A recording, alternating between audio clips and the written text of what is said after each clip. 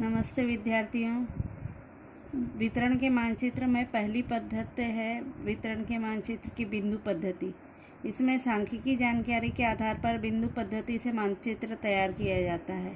तो इसमें बिंदु पद्धति के मानचित्र को तैयार करते समय गणना के आधार पर प्राप्त जानकारी का उपयोग किया जाता है। किसी विशिष्ट प्रदेश में जिस प्रकार की घटक का वितरण हुआ है उसी प्रकार से मानचित्र में बिंदु दर्शाकर वितरण दर्शाया जाता है, जैसे प्रदेश की जनसंख्या, पशुओं की संख्या का वितरण आदि।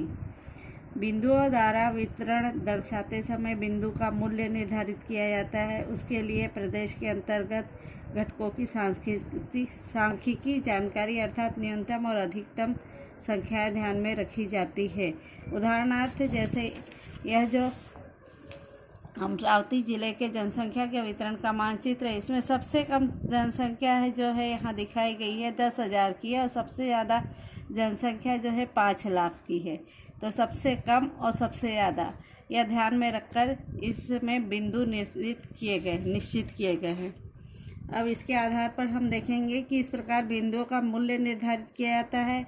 यह मूल्य निर्धारित करते समय बिंदु का आकार कितना बड़ा रहेगा या छोटा रहेगा, घटकों का घनत्व कितनी ज़्यादा पास पास में है यह भी ध्यान में रखा जाता है। मानचित्र का पैमाना कितने बड़े पैमाने पर मानचित्र है, देश का है, गांव का है, तहसील का है, यह ध्यान में रखा जाता है। प्रत्येक उपविभाग के अंतर्गत प्रशासकीय सीमाएं, घटकों की संख्याओं के लिए कितने बिंदु देने हैं। जैसे अमरावती ज़िले में प्रत्येक तहसील की प्रशासकीय सीमा दिखाई गई है।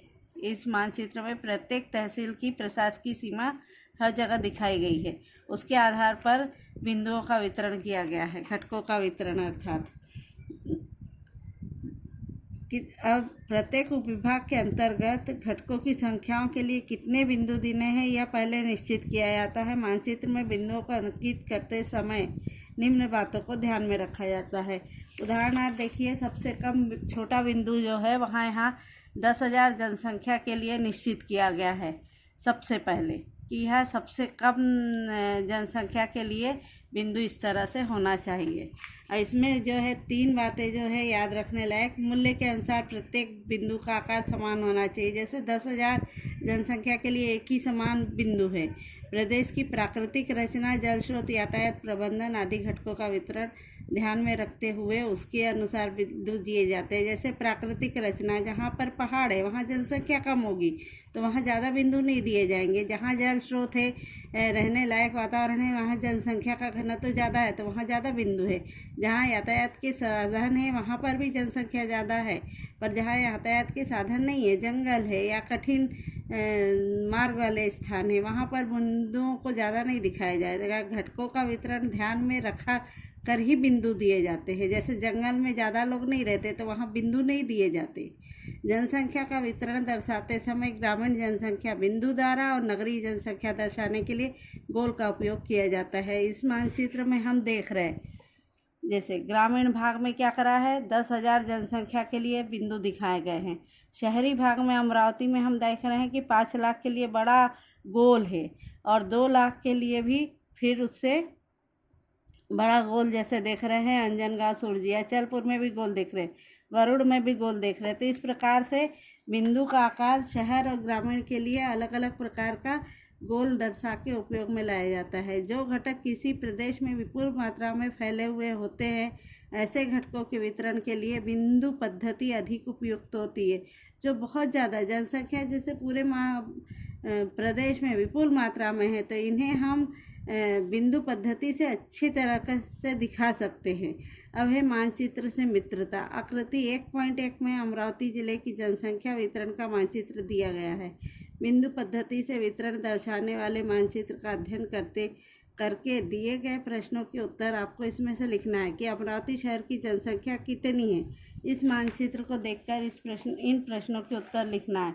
तो अमरावती शहर की जनसंख्या जहाँ हमको यहाँ दिखाई दे रही कि 5 लाख सबसे ज़्यादा है।